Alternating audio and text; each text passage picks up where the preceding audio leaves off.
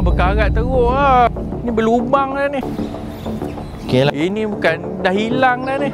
Mana binatang lah? Lagi dah?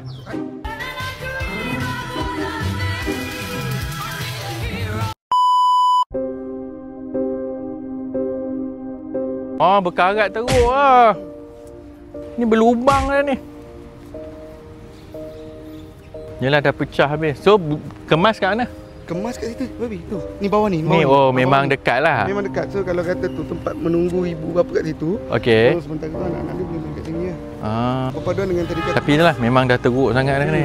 So saya bagi yang ni berapa ribu? 80. 80,000 untuk sini. Sebab itu takut salah faham. Bila kita luluskan, yang melaksanakan tu pihak lain pula. Agensi so ni agensi ni ke bawah pejabat daerah.